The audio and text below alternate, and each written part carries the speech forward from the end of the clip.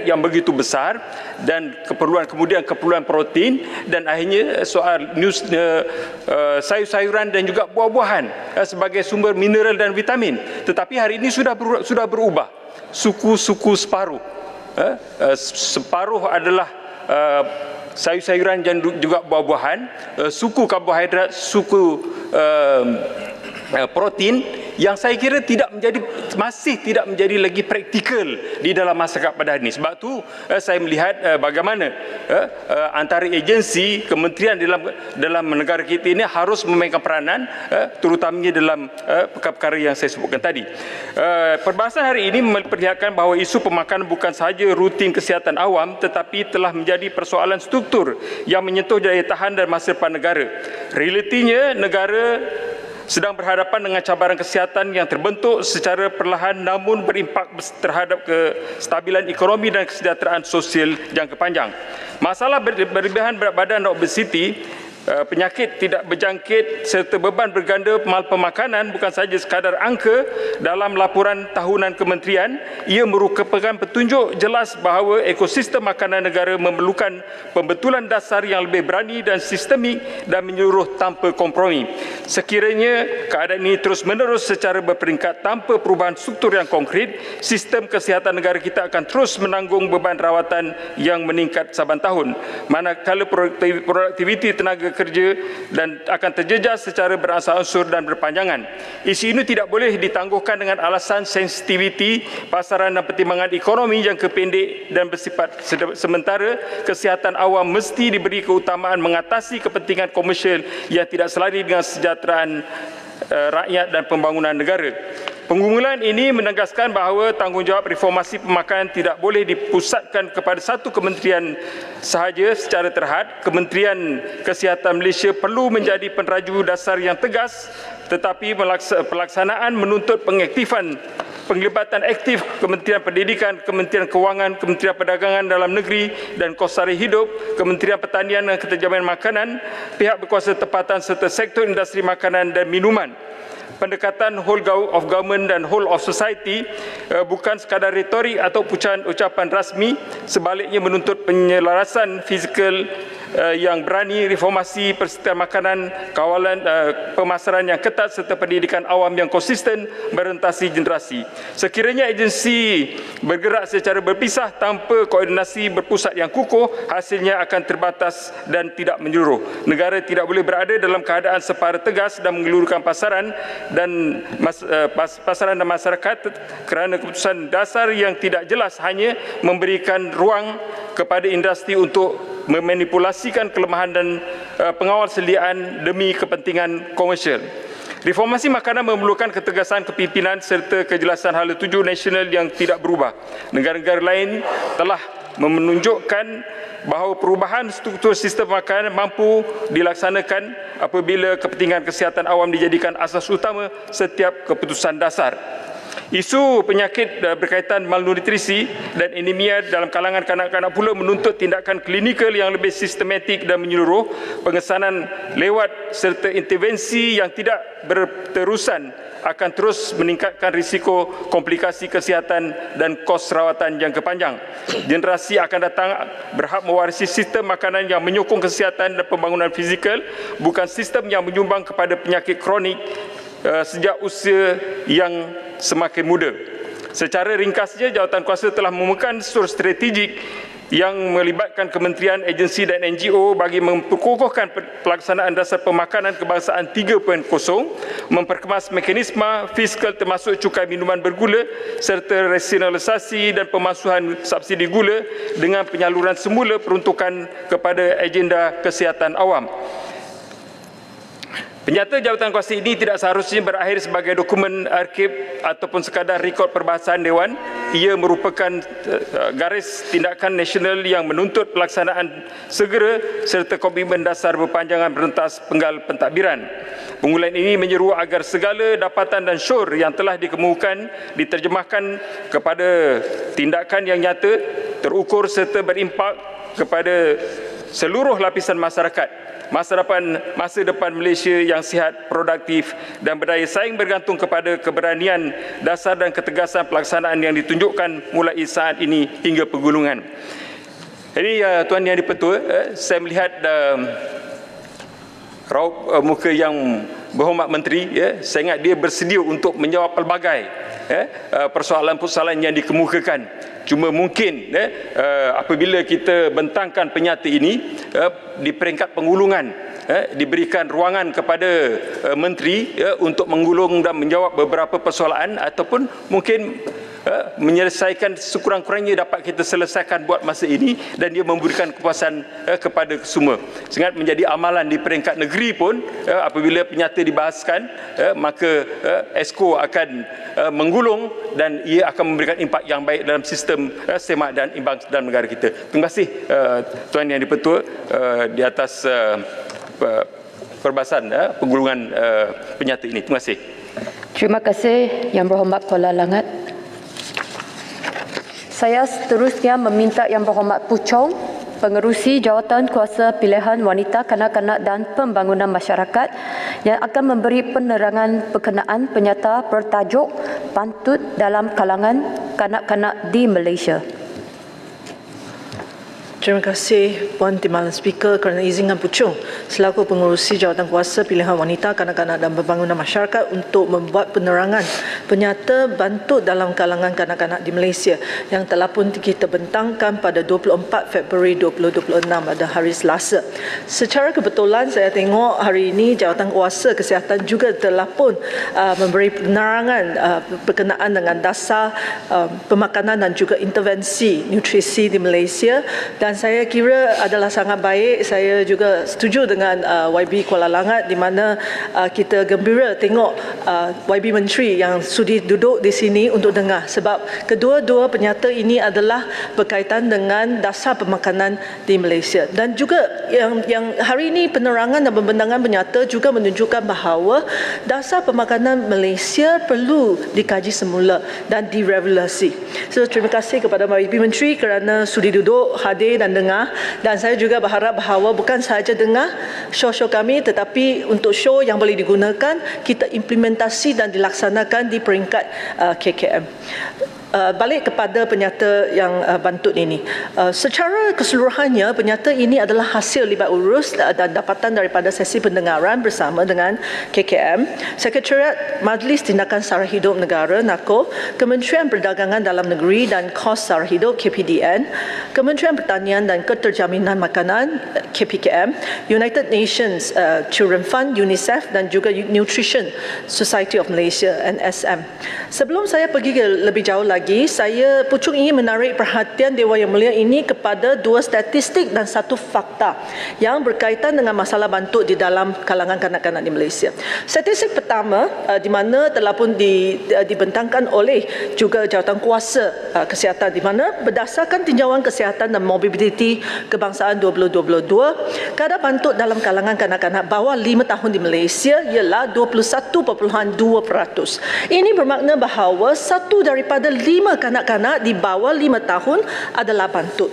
Yang lebih membimbangkan lagi, kadar ini meningkat daripada 17.7% pada tahun 2015 kepada 21.2% pada tahun 2022. Statistik kedua yang Puchong ingin menarik tumpuan Dewan Yang Mulia ini adalah berbandingan kadar bantut antara Malaysia dengan negara-negara ASEAN lain. Puan Yang Timbalan Speaker, mengikut our World in Data, Malaysia adalah satu-satunya negara di ASEAN yang merekodkan peningkatan kadar bantut, iaitu daripada 19.3% pada tahun 2000 ke 24.3% pada tahun 2024. Pada tempoh yang sama, semua negara-negara ASEAN lain menunjukkan penurunan. Ada juga yang menunjukkan penurunan yang amat ketara. Saya bagi satu contoh. Vietnam menurun daripada 41.1% pada tahun 2000. Pada ketika itu dia adalah 2 kali ganda kadar bantut Malaysia. Tetapi sekarang 24 tahun kemudian mereka telah pun diturunkan 19.2% pada tahun 2024, lebih rendah daripada kita. Pada tahun 2000 kadar bantut di Malaysia adalah ketiga terendah di ASEAN selepas Singapura dan Thailand. Tetapi pada tahun 2024, kadar bantut di Malaysia ialah keempat tertinggi di ASEAN selepas Laos, Filipina dan Myanmar. Ini adalah pencapaian yang tidak membanggakan. Puan Timbalan Speaker, fakta utama. Tadi saya telah pun huraikan 2 statistik. Sekarang saya nak huraikan satu fakta utama untuk yang saya nak tegaskan di Dewan Yang Mulia ini. Ialah ramai yang tengok masalah bantut ini sekadar ketinggian fizikal, kecil, anak kecil cute. Tetapi ia adalah lebih daripada itu. Ia memberi kesan yang mendalam terhadap struktur dan fungsi otak kanak-kanak. Dalam infografik yang kita bekalkan dalam penyata kita, dan hari ini saya pun print satu otak kanak-kanak di bawah 5 antara mereka yang bantut dan mereka yang sihat. Kalau kita tengok yang bantut, isi padu otak adalah lebih kecil, bilangan neuron lebih rendah, sambungan neuron lebih terhad. Tetapi kalau kita tengok, ini adalah otak mereka yang sihat. Ini bermaksud apa? Ini bermaksud bahawa bantut bukan sekadar saiz sahaja, bukan sekadar dia cute. Tetapi kalau seseorang kanak-kanak itu bantut, ia akan menjejaskan fungsi dan juga kognitif otak. Tahap IQ akan menjadi lebih rendah. Kemahiran bahasa dan juga motor halus, fine motor skill akan menjadi lebih rendah. Daya tumpuan akan menjadi lebih remah. Dari segi individu, dia akan menjadi pencapaian akademik akan terjejas. Produktiviti masa depan akan terjejas. Dan secara agregate, pada dalam jangka masa panjang untuk negara kita, daya saing negara kita akan terjejas kerana produktiviti workforce kita terjejas akibat bantut masa mereka adalah di masa kanak-kanak.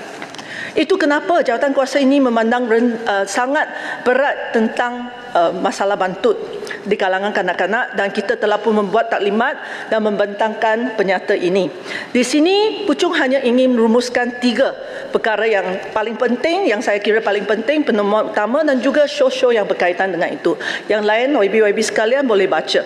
Yang pertama, penemuan utama yang saya ingin bangkitkan ialah jawatankuasa mendapati bahawa masalah bantut di kalangan kanak-kanak di Malaysia menjadi lebih sukar dikesan selepas umur 18 bulan, iaitu selepas tamat jadual imunisasi rutin sehingga mereka hadir ke tadika pada umur 5. Kenapa? Kerana untuk pengetahuan Dewan Yang Mulia ini, kira-kira 80% bayi yang lahir di Malaysia mereka mendapat suntikan imunisasi dari fasiliti KKM. Dan setiap kali mereka pergi suntikan, untuk ibu bapa di sini kita memang tahu, setiap kali kita pergi suntikan imunisasi, kita juga kira ketinggian dan berat badan. Dan di klinik kesihatan dia akan plot. Dia plot, lepas tu dia akan tengok pertumbuhan itu sihat ke tidak. So untuk mereka yang pergi KKM, berdasarkan data KKM, mereka kata dalam masa 18 bulan ini, peratusan bantut yang dikesan adalah rendah. Ini bermaksud apa? Bermaksud bahawa bantut yang kita kesan, bantut berlaku selepas 18 bulan bagi mereka yang pergi klinik kerajaan ataupun mereka yang pergi klinik swasta ataupun mereka yang tidak mendapat imunisasi sekalipun. Jurang ini perlu ditutup dan dari segi pemantauan dan juga intervensi. YB Menteri, jawatankuasa mengesyorkan supaya KKM dengan kerjasama KPWKM dan semua kementerian dan agensi yang terlibat, satu, untuk memperkenalkan mekanisme pemantauan wajib bagi setiap kanak-kanak bawah 5 tahun di Malaysia, sama ada mereka yang menggunakan perkhidmatan kesihatan swasta ataupun kerajaan, untuk memastikan pertumbuhan setiap kanak-kanak di Malaysia dipantau dengan sistematik dan intervensi boleh diberikan dengan segera. Kedua, jawatankuasa difahami bahawa usaha KKM sudah ada usaha untuk 1000 hari pertama, tetapi kita di sini ingin mengesyorkan KKM untuk memanjangkan skop intervensi pemakanan dan kesihatan kanak-kanak daripada 1000 hari pertama kehidupan, iaitu sehingga usia kedua, ke 2000 hari pertama, iaitu sehingga usia 5 tahun. Ini adalah kerana jurang yang kita tengok tadi. Sebab bantut berlaku selepas 18 bulan dan bukan dalam usia lingkungan 1000 hari pertama itu. Penemuan utama kedua, Puan Timbalan Speaker, yang jawatan kuasa dapati ialah kesedaran berkenaan dengan impak negatif bantut dan literasi pemakanan antara ibu bapa masih adalah sangat rendah secara keseluruhannya. Masih ada ramai ibu bapa di luar sana anggap bahawa bantut ini bukan masalah besar. Itu masalah saiz, dia akan besar. Tetapi mereka tidak tahu bahawa itu berkaitan dengan kognitif otak. Dengan itu, jawatan kuasa mengesyorkan KKM dengan kerjasama Kementerian Komunikasi untuk mengadakan kempen kesedaran mengenai implikasi bantut bukan sahaja kepada pertumbuhan fizikal semata-mata tetapi juga kepada pertumbuhan dan perkembangan otak. Kami juga mengesyorkan KKM, satu, untuk mengubah protokol bagi mewajibkan konsultasi pemakanan untuk bayi berusia 6 bulan, 12 bulan, 18 bulan di klinik dan hospital kerajaan serta swasta. Setiap kali kanak-kanak pergi dapatkan suntikan imunisasi, kalau masa 6 bulan mereka juga mendapat sikit sesi konsultasi dengan pegawai pemakanan untuk bagaimana untuk swabkan anak mereka. Kedua adalah menyediakan risalah yang standard pelbagai bahasa berkenaan dengan pendidikan pemakanan bagi bayi berusia 6 bulan, 12 bulan, 18 bulan bagi memastikan komponen pendidikan pemakanan asas diberikan kepada ibu bapa semasa lawatan bayi dan kanak-kanak di kerajaan dan di swasta adalah distandardkan. Untuk membuat 1 dan 2, kita kira KKM perlu meningkatkan pegawai pemakanan yang lebih lagi seperti apa yang dicadangkan oleh jawatan kuasa kesihatan juga. Yang ketiga, seterusnya, kita juga difahami bahawa sekarang KKM sedang dalam rancangan untuk melaksanakan sistem pelabelan hadapan PAC, Nutri-Grade A to D. So, kita di sini sangat setuju, hanya nak mengesyorkan supaya kita boleh mempercepatkan lagi pelaksanaan sistem pelabelan ini, Nutri-Grade secara mandatory bagi produk makanan dan minuman. Ini adalah kenapa? Ini adalah kerana bukan semua orang, bukan semua pengguna ataupun ibu bapa kita ada pemahaman ataupun ada knowledge yang mencukupi untuk tengok apakah makanan yang sihat. Oleh itu adalah sangat penting kalau KKM boleh membuat pelabelan supaya kita tengok, okey, kalau A itu sihat, kita beli saja semua A. Itu senang untuk ibu bapa supaya kita tidak salah. Puan Timbalan Speaker, penemuan ketiga jawatan kuasa ialah walaupun susu ialah antara sumber nutrien yang efektif dan mudah bagi memastikan pertumbuhan sihat kanak-kanak, bekalan dan harga susu tidak mendapat perhatian yang mencukupi daripada pihak kerajaan. Seperti minyak masak yang mendapat subsidi 2 hingga 4 bilion setiap tahun, ataupun gula yang mengakibatkan obesiti juga dapat subsidi 500 juta.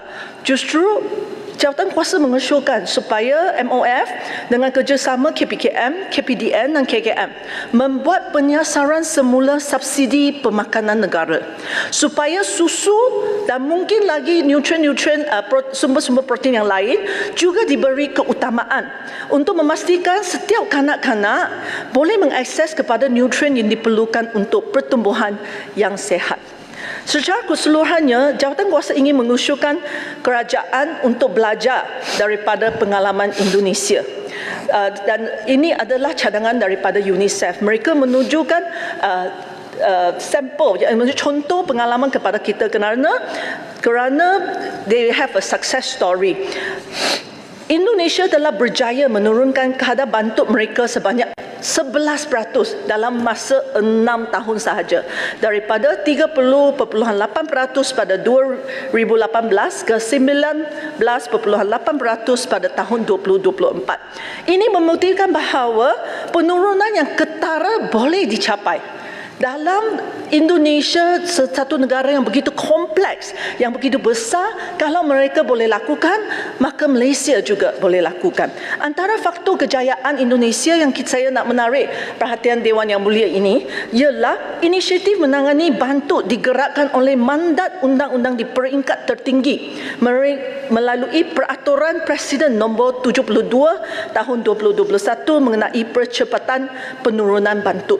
Sehubungan dengan itu, Lalu Jawatankuasa mengusulkan Bayu bersama dengan KKM untuk mengkaji keperluan dan bagaimana kita juga boleh mewujudkan mandat undang-undang pada peringkat tertinggi supaya kita boleh mempercepatkan penurunan kadar bantut di Malaysia.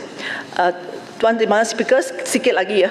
Berdasarkan pengalaman Indonesia, Jawatankuasa juga ingin mengusulkan supaya KKM mengenal pasti dan memfokuskan intervensi kepada daerah dan komuniti berisiko tinggi seperti kawasan orang asli, perumahan kos rendah melalui pendekatan berasaskan data tempatan.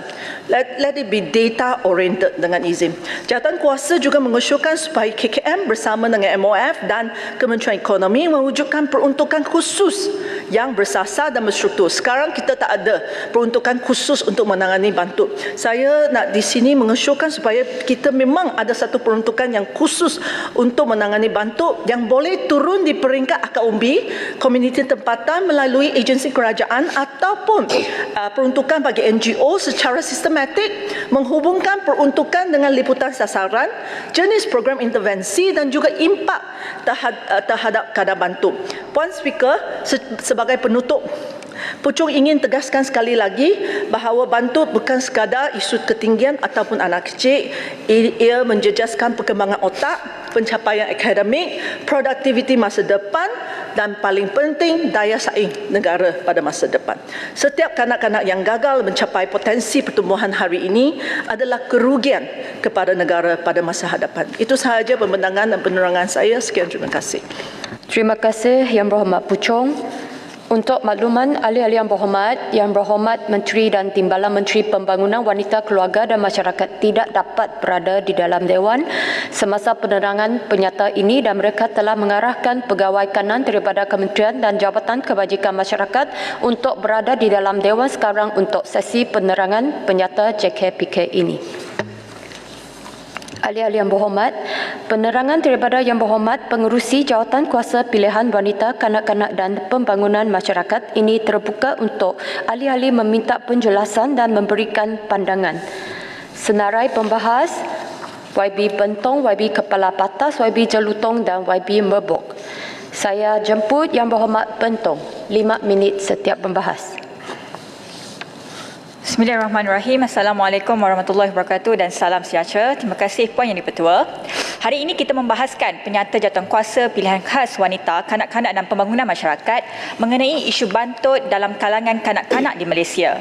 Isu ini bukan sekadar soal fizikal atau ketinggian badan semata-mata, tetapi ia merupakan penanda ketidaksamaan pembangunan manusia yang serius dalam memberi implikasi jangka panjang terhadap masa depan negara.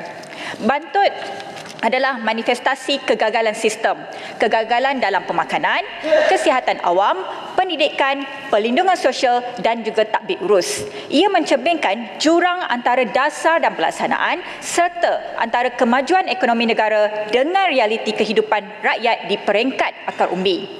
Puan Yang di-Pertua, jika kita merujuk kepada laporan ini, data yang dibentangkan amat membimbangkan.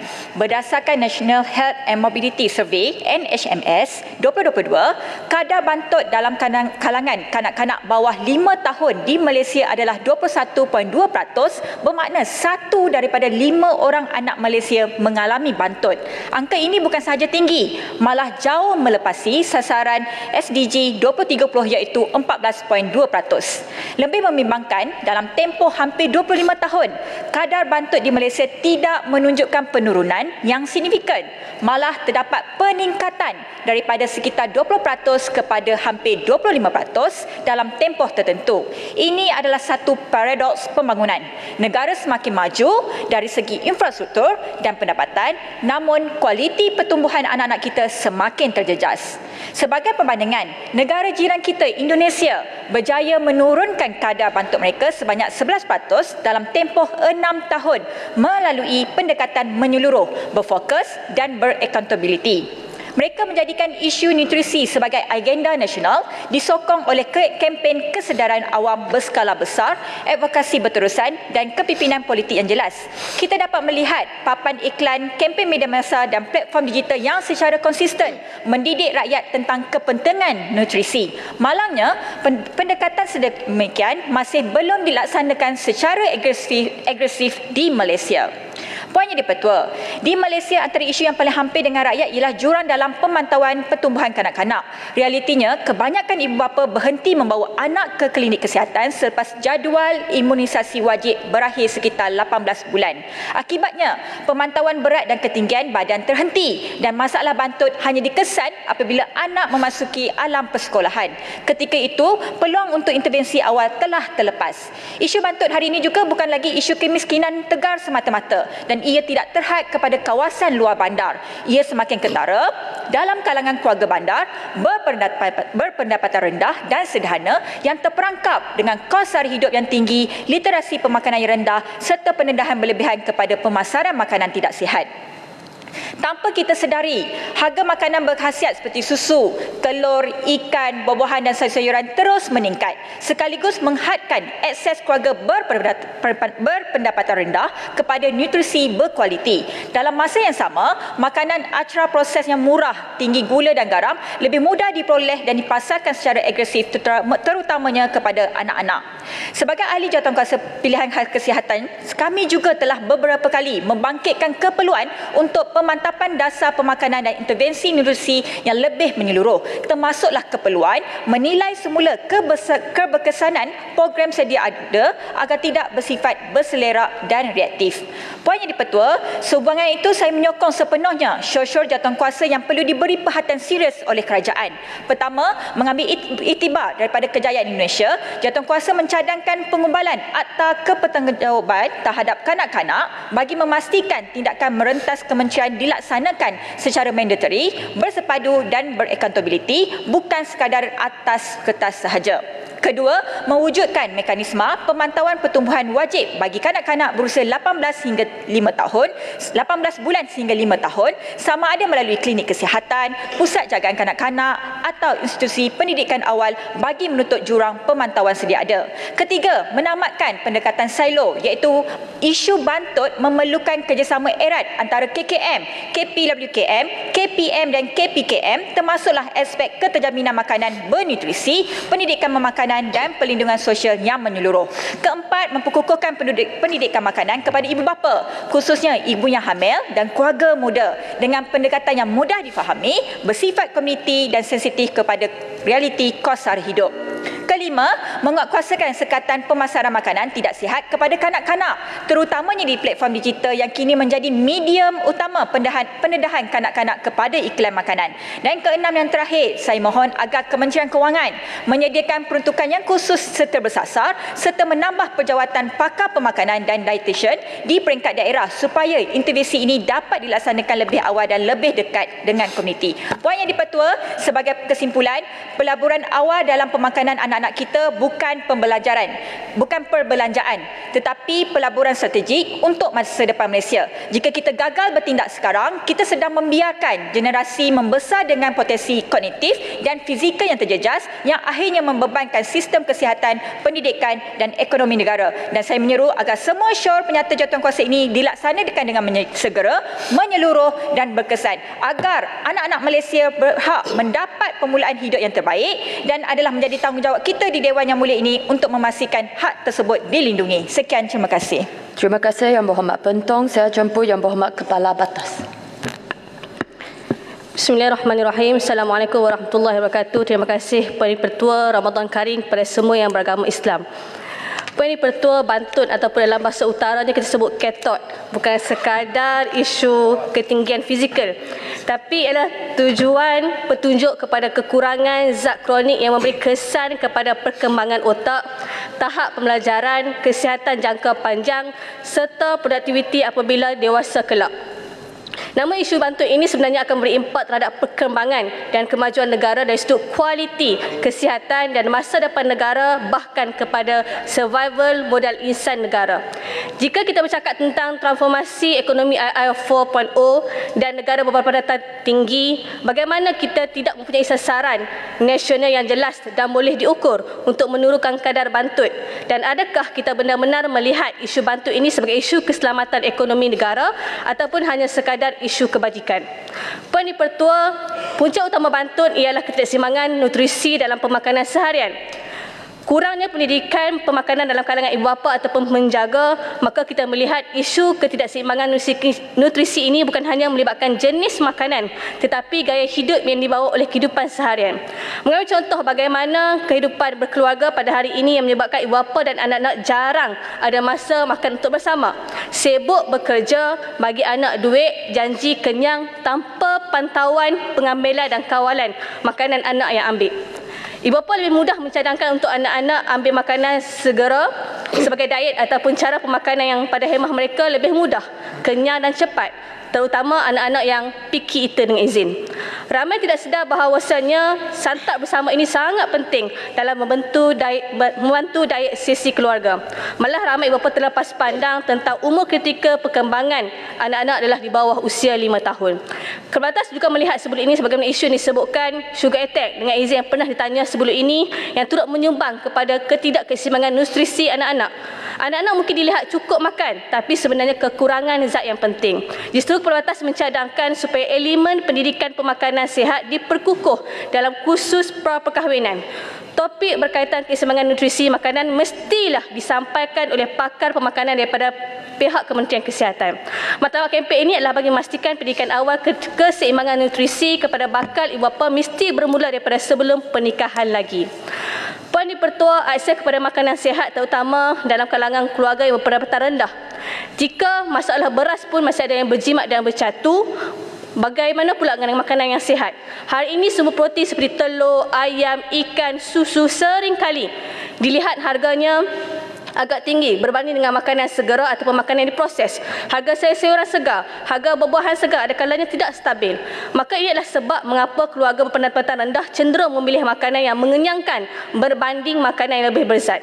Akibatnya anak-anak mungkin cukup kalori tetapi kekurangan zat seperti zat besi, zinc dan juga protein yang sangat penting untuk pembesaran fizikal dan perkembangan otak. Sehubungan itu, Perbatas cadangkan agar program bantuan seperti MyKasih dan Kemudi Bandani turut memasukkan senarai khusus buah-buahan dan juga sayur-sayuran segar sebagai barangan yang layak dapat diberi dan dipertimbangkan. Pada kebijakan masa makanan proses sejuk buku ini sering menjadi pilihan, namun dengan tersenarannya buah-buahan dan juga sayur-sayuran ini sedikit sebanyak membantu golongan yang memerlukan untuk memilih makanan yang lebih berkhasiat dan juga segar. Bantuan bukan sekadar mengenyangkan perut tetapi memastikan zat mencukupi.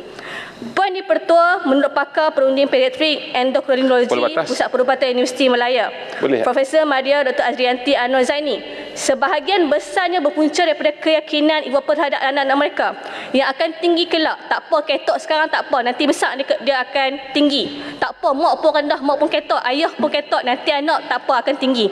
Tapi anggapan-anggapan sedemikian menganggap ketinggian itu bukanlah masalah kritikal, perikutan fizikal mereka sendiri yang rendah. Maka Kepala Batas simpulkan di sini isu bantut tidak hanya berlaku dalam kalangan masyarakat dan golongan di kawasan kampung dan pedalaman, tapi lebih kepada cara fikir dan juga mindset. Maka dengan itu, kalau kita lihat iklan sebelum ini di televisyen, seorang budak nama Ali main bola selincah sebagaimana kawan-kawannya.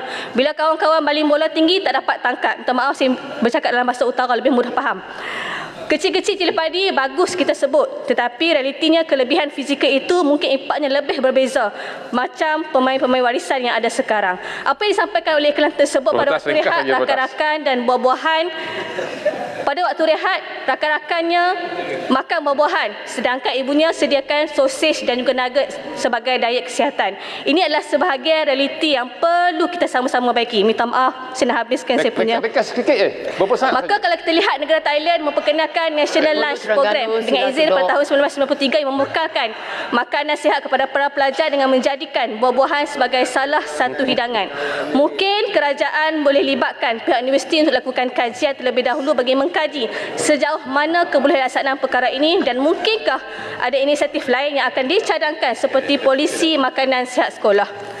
Cuba lekas sikit. Tuan Yang Pertua, tu izin 1 minit. Tak apa 1 minit, lekas saja. Setuju tak Kepala Batas bahawa isu bantuan ini kerajaan telah lama terlepas pandang. Itu saja. Terima kasih. Terima kasih kepada Hulu Terengganu. Saya mohon masukkan ke dalam teks saya. Tuan Yang Pertua, akhirnya Malaysia tidak kekurangan makanan. Tetapi sebagai rakyat kekurangan akses kepada makanan yang berzat. Bantuan adalah cerminan ketidaksamaan ekonomi negara kita. Maka pelaburan dalam nutrisi awal bukan pembelanjaan semata-mata, tetapi pembelanjaan jangka panjang untuk memastikan generasi akan datang lebih sihat, lebih cerdas dan produktif. Jika isu ini tidak ditangani secara menyeluruh dan juga serius, Malaysia berisiko menghadapi apa yang kita sebut sebagai lost generation productivity. Generasi yang potensi penuhnya tidak dapat dimaksimumkan akibat kekurangan nutrisi pada peringkat awal kehidupan. Realitinya, Tuan Yang Pertua dan juga sahabat-sahabat dan kementerian khususnya, negara makin menua, perkahwinan makin kurang, kelahiran makin kurang, yang lahir bantut pula. Justru Kepala Batas menyeru agar kerajaan yang berada di peringkat top dan khususnya memberi keutamaan serius terhadap isu ini dalam dasar kesihatan dan belanjawan negara. Menjadi ibu bapa bukanlah hanya sekadar berikan makan dan kemudahan yang cukup buat anak-anak, tetapi kita berusaha memastikan makanan yang dihidangkan adalah berkhasiat. Kita sama-sama berperanan menyediakan generasi yang sihat dan kuat di masa hadapan. Akhirnya, Tuan Yang Pertua, sebagaimana nasihat Sayyidina Ali bin Abi Talib kepada kita semua untuk melihat generasi pada masa depan, untuk melihat masa depan negara, lihatlah generasi pada hari ini. Sekian, terima kasih. Assalamualaikum warahmatullahi wabarakatuh. Salam sejahtera. Terima kasih Yang Berhormat Kepala Batas. Seterusnya saya jemput Yang Berhormat Jelutong. 5 minit Yang Berhormat. Terima kasih Speaker di atas peluang diberikan. Saya bangun untuk bahas dan mohon beberapa perkara diperjelaskan. Saya dengar tadi Yang Amat Puchong yang telah membentangkan laporan jawatankuasa yang dipengerusikan oleh beliau. Persoalannya adalah bagaimana saya sebelum itu ingin berterima kasih kepada Yang Berhormat Puchong dan jawatankuasa beliau yang telah membuat kajian dan membentangkan satu kertas di atas pendapatan-pendapatan yang telah dibuat oleh mereka. Dan cumanya saya mengambil pendekatan bahawa bantut ini merupakan bukannya selalu boleh dilihat sebagai satu kekurangan. Saya ingin beri contoh seorang pemain bola sepak yang terkenal di dunia, Diego Maradona umpamanya, adalah seorang yang bukannya setinggi saya, tetapi mempunyai kelebihan-kelebihan untuk bermain bola. Dan kebanyakan pemain-pemain bola sepak kita lihat daripada pasukan-pasukan, semuanya adalah yang mempunyai ciri-ciri yang tidak begitu tinggi ataupun boleh dikatakan ketot. Namun demikian, saya ingin merakamkan ucapan terima kasih kepada kerajaan yang mengambil langkah-langkah proaktif untuk memastikan bahawa perkara ini tidak menjadi satu masalah kesihatan yang akan membelenggu negara pada masa yang akan datang.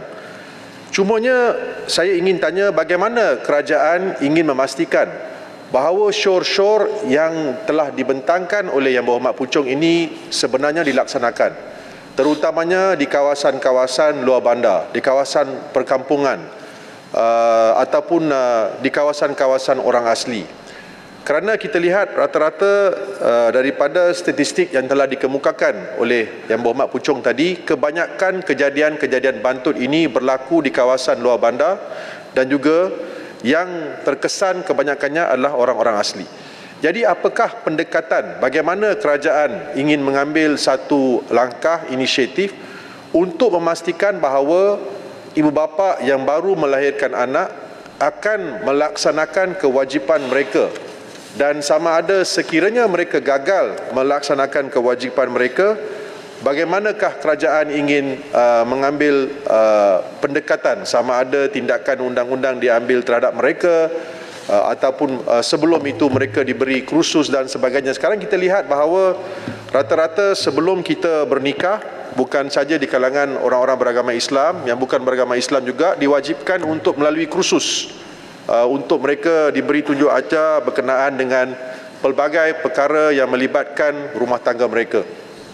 Persoalannya adalah, adakah kementerian yang terlibat juga akan mengambil pendekatan memastikan bahawa wanita-wanita yang hamil akan melalui kursus, bukan saja melalui pemeriksaan kesihatan di hospital ataupun klinik kesihatan, tetapi pada masa yang sama juga diberi tunjuk ajar berkenaan dengan makanan-makanan berkhasiat yang perlu diberikan. Dan satu lagi fenomena yang kita lihat adalah syur atau saranan yang diberikan berkenaan dengan perkara-perkara melibatkan ketod ini adalah untuk mengelakkan makanan proses. Kita lihat bahawa fast food dengan izin, makanan proses merupakan sesuatu yang menjadi Ulu Terengganu. Bangun Boleh? lagi. Silakan kawan saya. Okey, dua perkara. Jotong, terima kasih Jotong, sahabat saya. Terima kasih Musi. Apa pandangan Jotong bahawa apa yang berlaku di Indonesia telah berjaya? Kita copycat saja apa yang dilakukan oleh rakyat Indonesia. Itu pertama. Yang kedua, setuju tak Jotong bahawa makanan warisan bukan saja bak kutih dan lain-lain itu perlu diisytiharkan dengan tuisi yang bagus? Apa pandangan Jotong? Terima kasih. Kalau ia boleh menyumbang kepada pengurangan kadar ketod ini, kita terima satu cadangan yang bernas daripada kawan saya Hulu Terengganu. Tetapi pada masa yang sama, kita juga perlu lihat bahawa menjadi satu amalan sekarang, merata tempatlah, saya tidak mahu menyebutkan mana-mana syarikat tertentu, tetapi kita lihat bahawa menjadi seperti yang dinyatakan oleh rakan saya daripada Kepala Batas tadi, kali pertama saya setuju bahawa menjadi fenomena untuk ibu bapa membawa anak-anak mereka kepada umpamanya McDonald's, KFC, hanya untuk membeli hidangan untuk memberi kegembiraan, menceriakan mereka kerana mereka tidak mempunyai masa untuk diluangkan bersama-sama dengan keluarga.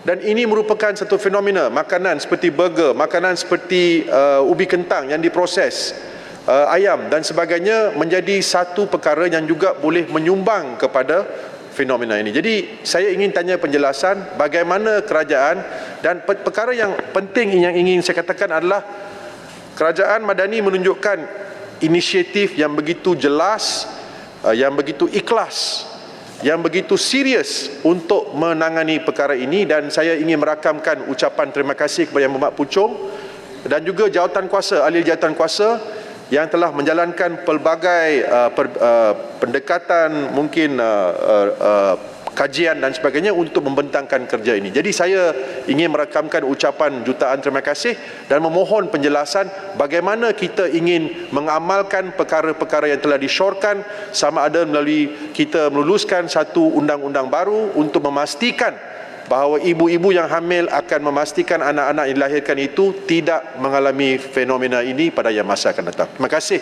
Speaker di atas peluang yang telah diberikan. Terima kasih Yang Berhormat Jelutong. Seterusnya saya jemput Yang Berhormat Merbok. Baik, terima kasih Tuan Yang di-Pertua. Assalamualaikum warahmatullahi wabarakatuh dan salam sejahtera.